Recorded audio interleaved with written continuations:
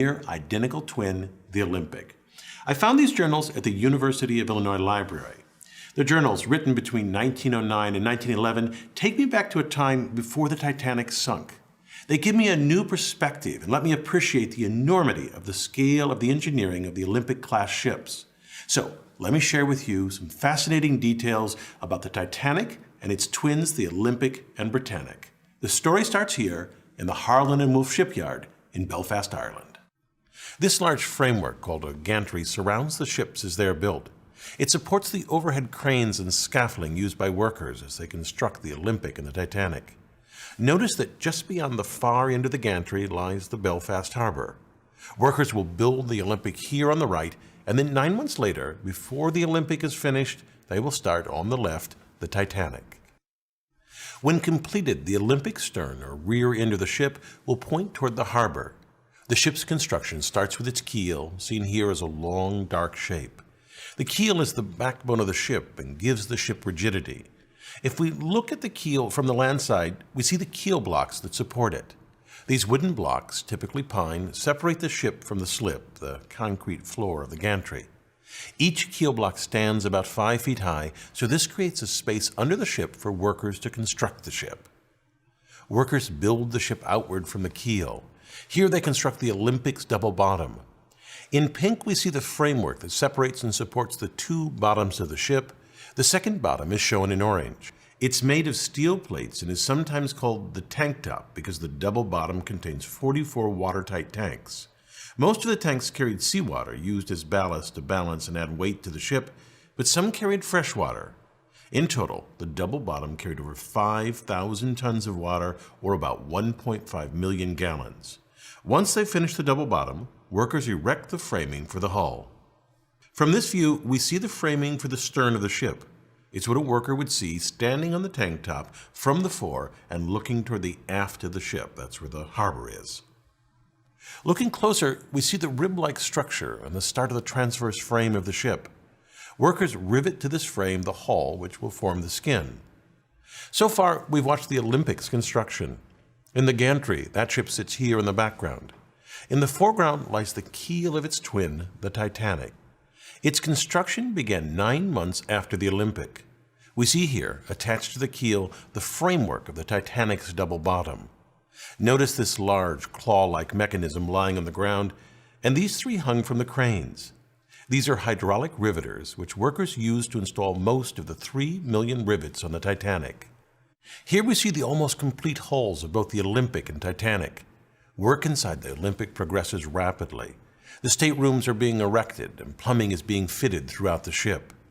To prepare for the Olympic's launch, workers paint the ship a light gray so it will stand out in black and white photographs, although they repainted the ship black soon after its launch so that it matched previous White Star liners.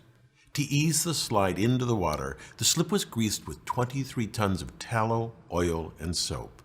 And then the order to release the ship was given, the hydraulic triggers were released, and the ship slid into the harbor, reaching a speed of 12.5 knots. Notice that the ship is launched backwards. There are many reasons for this, but among them is that the stern, the rear, is wider than the bow, so it is more buoyant. In a mere 62 seconds after launch, the Olympic was afloat. The moment the ship hit the water is its official launch date, although it was mostly empty. Here it weighs only about 27,000 tons and so rides high in the water. The draft, the vertical distance between the bottom of the ship and the surface of the water, is only 18 feet. After it is completely fitted, it will weigh nearly twice that, 52,000 tons. With that additional weight, the Olympic will drop until the water reaches the border painted on the hull, a draft of about 34 feet. The Olympic cannot move by itself, and so a tugboat tows it to the fitting out quay where a gigantic crane loads the ship. Here the crane lifts aboard a cylindrical boiler. The final fitting, including attaching the propellers, is done in dry dock. And then, once everything is in place, the Olympic is ready for the sea. 7 months after this launch, the Titanic was launched. I have from this journal a few photos of that event, but keep in mind the Olympic got the big press because it was first. The Titanic only becomes of more interest in retrospect. This photograph shows the twins, the Olympic and Titanic. Although built side by side, this was the last time they were photographed together. Less than a year after the launch of these two giant ships, one suffered a collision that ripped a gaping hole in its side. That ship was, of course, the Olympic.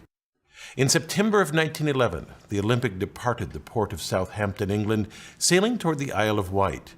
The Olympic turned into the Solent Strait and passed a British warship, the HMS Hawke. The Hawke's commander was surprised by the Olympic's wide turn, but he managed to take a safe position behind and to the right of the Olympic. The Hawke then increased its speed to pass the Olympic, but the Olympic's wake sucked the Hawke inward rapidly.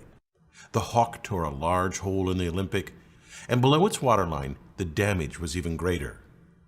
The bow of the Hawke was completely smashed in. The Olympic limped back to Southampton, where the holes were temporarily patched with wood before returning to its home dock in Belfast for repairs.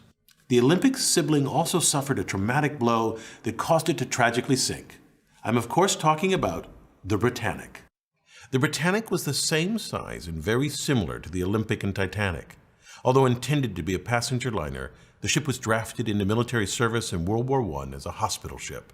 While in the Mediterranean, it hit a mine or was struck by a torpedo and sank in less than an hour. Despite these accidents, the Olympic-class ships were great feats of design and workmanship. Just consider the propulsion system of the Titanic. The ship had two sets of reciprocating engines. These engines were fueled by coal, which was stored along the bottom of the ship. Exhaust gases from the boiler discharged through these smokestacks, which are frequently called funnels. Now, they don't look like funnels until you look at them the right way. They're upside-down funnels. This cross-section of the Olympic shows the boilers sitting atop the double bottom. Exhaust from the boilers is funneled up and out of the ship. It's well known that the aftmost funnel on these ships is a dummy. It was built primarily for aesthetic reasons. Although it did not service the boilers, it was used as a ventilation and extraction shaft for the engine and turbine rooms. The Titanic needed 4,000 tons of coal for a transatlantic trip, which took 24 hours to shovel into the bunkers. Here, in this photo of the SS Minnehaha, coal is being loaded into coal ports on the side of the hull. Loading coal into the Titanic worked much the same way. This loading left streaks of coal dust on the hull, and so nearly all ocean liners at the time were painted black to help hide these traces of coal. After the advent of oil-fueled ships, lighter colors became more popular. As the Titanic crossed the Atlantic, 650 tons of coal per day was shoveled into cylindrical boilers where it was burned to produce steam. These boilers were nearly 16 feet in diameter. This picture shows a single boiler. Notice the two workers beside it. The steam was piped to these reciprocating engines. The engines, when viewed from the front of the ship, look like this. The orange is the piston rod, and inside the cylindrical casing is the piston. This worker peering out of this casing gives a sense of the engine's size. Excess steam from these engines was used to drive a turbine engine. This shows the turbine under construction and without its outer casing. Note the workers at the top. This is huge. If you look closely, you can see that the turbine is made of hundreds of individual blades. A shaft transfers power from the engines to the propellers. The ones on the left and the right were powered by the reciprocating engines, and each propeller weighed 38 tons, while the central propeller was powered by the turbine engine. It was cast as a single piece of manganese bronze and weighed 22 tons. The outer propellers were used for tight navigation of harbors, while the central propeller was used only in open seas. Also, unlike the others, the central propeller could not be driven in reverse, only forward. Even with this powerful propulsion system, the Olympic-class ships were not the fastest at the time, which was intentional. The White Star Line decided to focus on comfort and luxury over speed. It's clear that the lavishly decorated rooms on the Olympic and Titanic certainly made the passage more enjoyable, but there were some hidden design choices that made these ships the pinnacle of comfort for all classes of service. The ships were steered using these helical gears. Each ship had two sets of both the spur gears and the beveled gears. These massive gears are nearly 6 feet across, made of solid steel, and each weigh thousands of pounds. Notice the herringbone pattern on the teeth. This pattern allowed a tight engagement of the teeth and resulted in reduced vibration transmitted to the rest of the ship. Altogether, the gearing on the Titanic weighed about 7.5 tons. This very large structural piece is called the boss arms. These arms held the shafts of the outer propellers in place, and because of their size and strength, they reinforce the hull, which reduces panting. Panting occurs when variations in water pressure, say the crest versus the trough of the wave, flex the hull inward and outward. Less flexing results in less vibration felt by the passengers. These boss arms, also called shaft brackets, were fitted 20 feet apart at the very aft of the ship. While the Titanic and Britannic both had tragically short careers, the Olympic triumphed. In its lifetime, it made over 500 transatlantic journeys, carrying over 400,000 passengers and sailing 1.5 million miles. It even spent 4 years as a U.S.-Canadian troop transport during World War I, earning the nickname Old Reliable. After 24 years of service, the ship was decommissioned and scrapped for parts. The Olympic-class ships were absolute marvels of engineering. I hope it's for their revolutionary design rather than their failures that they're remembered. I'm Bill Hammack, the Engineer Guy.